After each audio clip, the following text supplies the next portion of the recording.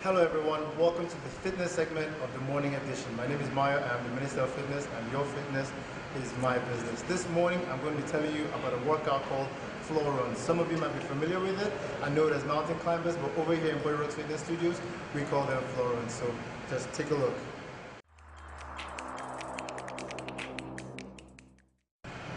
So take a look at the Floor Runs. The positioning of your hands is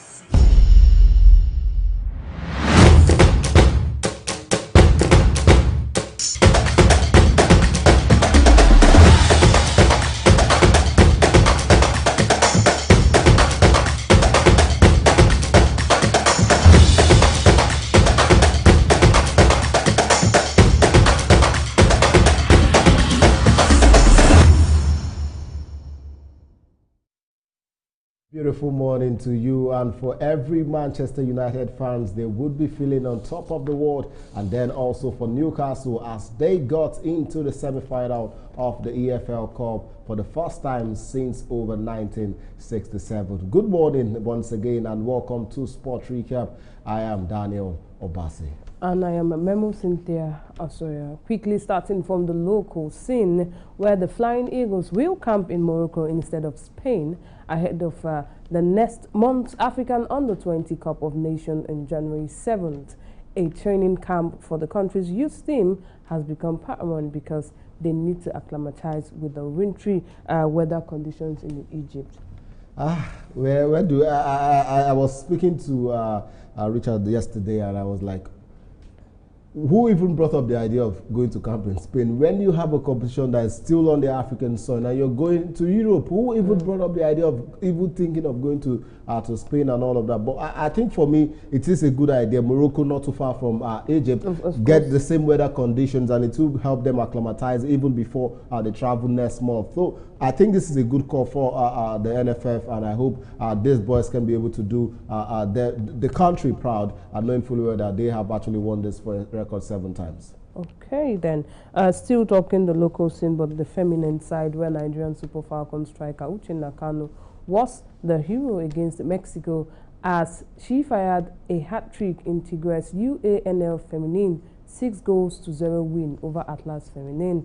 Report shows that Maga netted the opening goal for Tigres in the 6th minute before Polito made it 2-0 in the 30th minute.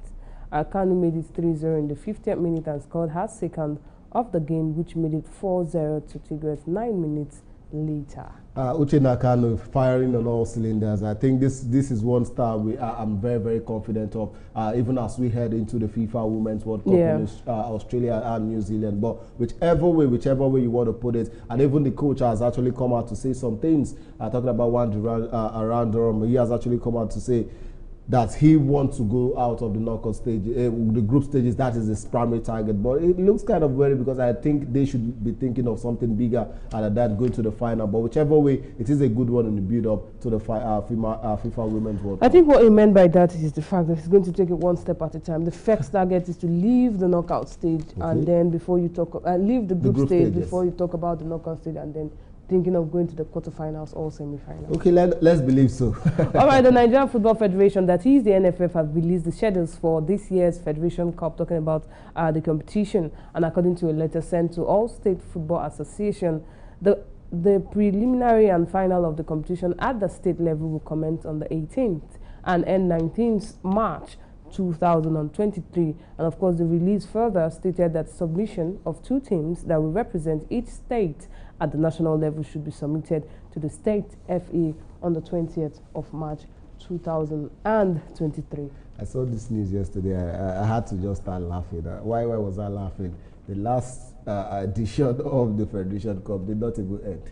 The one that was supposed to give us the representative to actually join the likes of Rivers United and the host who were on the continent, and then we already saw Kwara United, who did not even go far in the competition in the Federation Cup, and was already sent as the 4th representative, which they actually did not even qualify. So what does this tell us?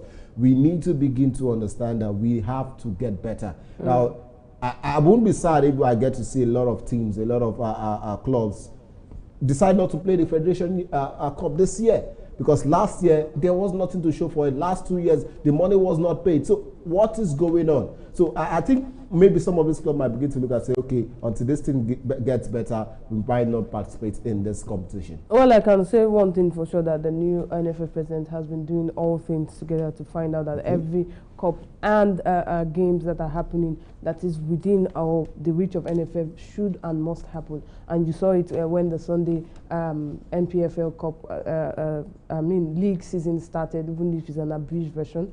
He has also distributed 23 balls to each clubs.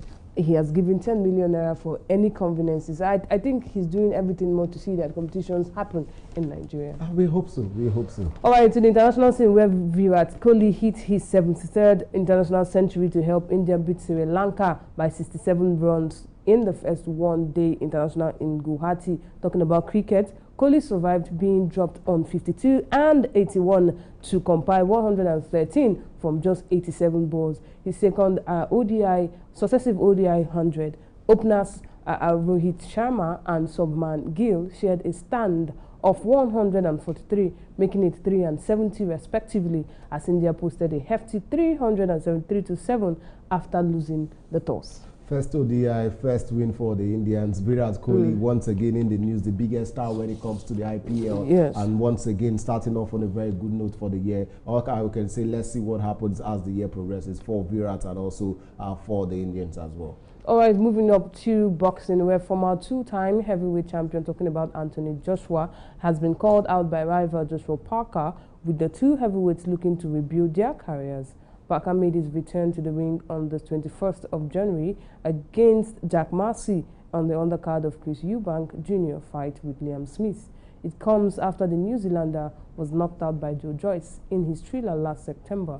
Joyce became only the third man to beat Parker, behind Joshua and Dillian White.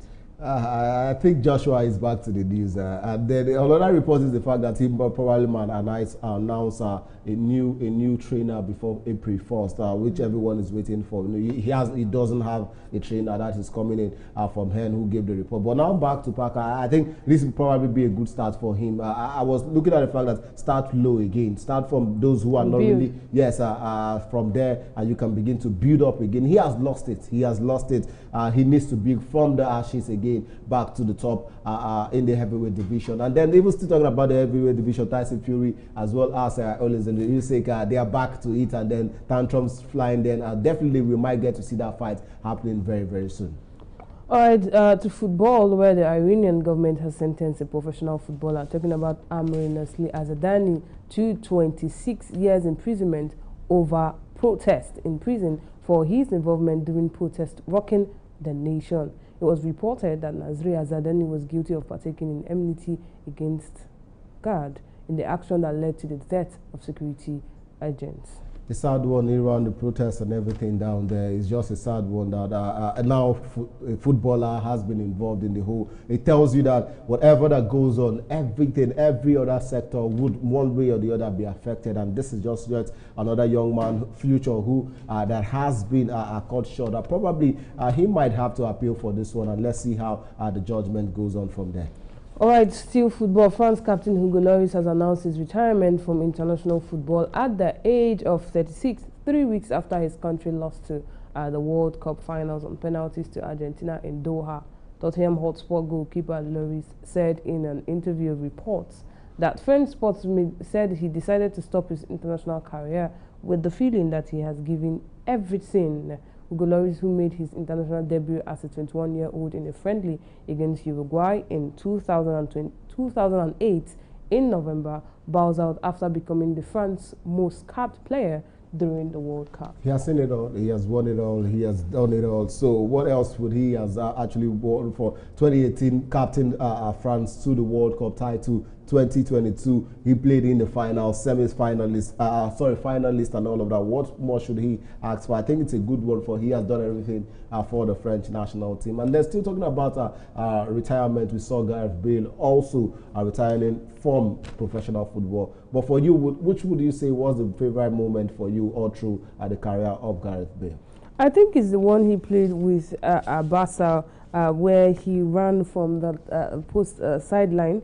He pushed the ball forward and then moved out from the pitch and dusted Mark Batcha, ran over. He moved the ball and left Mark Batcha, ran over, picked the ball, and then went to score. That was an excellent one from Gareth Bale. And also his bicycle kick that he did with Real Madrid during one of the Champions League. That's the two final. That's the two most, for me, the moments I can used to remember Gareth Bale. But he had a wonderful career, and I must blame it on injury. First of all, injury had a lot to do with Gareth Bale, and it was just so sad that we're seeing him leaving both club and our nation football. But talking about the fans, we've seen that in the news that the France president, I mean the chief for Football Association France is they are telling him to resign because of a statement he made that he would not give Zidane that allowance to coach the national football. And they said it's disrespectful, and that made me feel like there's a lot happening in the France Football Club because France Football Nation, I mean not the club, because we've seen Matuidi go, we've seen Benzema go, and now Hugo Lloris is going to, like, they are retiring, and it begs the question, what is happening in France? I think there is just one or two factors. One thing we're not seeing in the open. One person might be quick to say Kylian Mbappe is at the center of everything, or you can probably want to say the ego and all of that. But I feel, like you said, there is something, and that is why. And then even for the president, the FFF president, he's also not letting go. Ego trying to set in and all of that. And then you get to see everyone trying to brush up and feel lord over the next person. I think that's just what is happening with the French national. We saw Paul Pogba, but I wouldn't be surprised if N'Golo Kante also says he has retired from the French national team. Paul Pogba hasn't said anything. So this is just the issues, and we just hope things can get even better for them. And then we also saw Benitez talking about Martinez being the new coach of the Portuguese national team. And then before we go, let's also bring to your notice that João Felix would be traveling to London for medicals as he seeks to secure that loan move from Atletico Madrid to Chelsea. And also, just like we said earlier, Manchester United in the FA Cup defeated Charlton by 3-0, while Newcastle also qualified for the semi-finals of the EFL Cup as they defeated Leicester City by 2-0. And before we go, France club Paris Saint-Germain has set a record for the highest ever wage bill in football at £643 million per year. And that figure is the signing of Lionel Messi, Sergio Ramos, Achraf Hakimi, and others in the 2021/2022 season, leading to a 45% leap in their expenditure. Is this good for business? We'll talk about that when we come back. Definitely when we come right to you on Friday with more stories. My name is Memo Cynthia Asoya. And I am Daniel Obasi. Thank you for watching.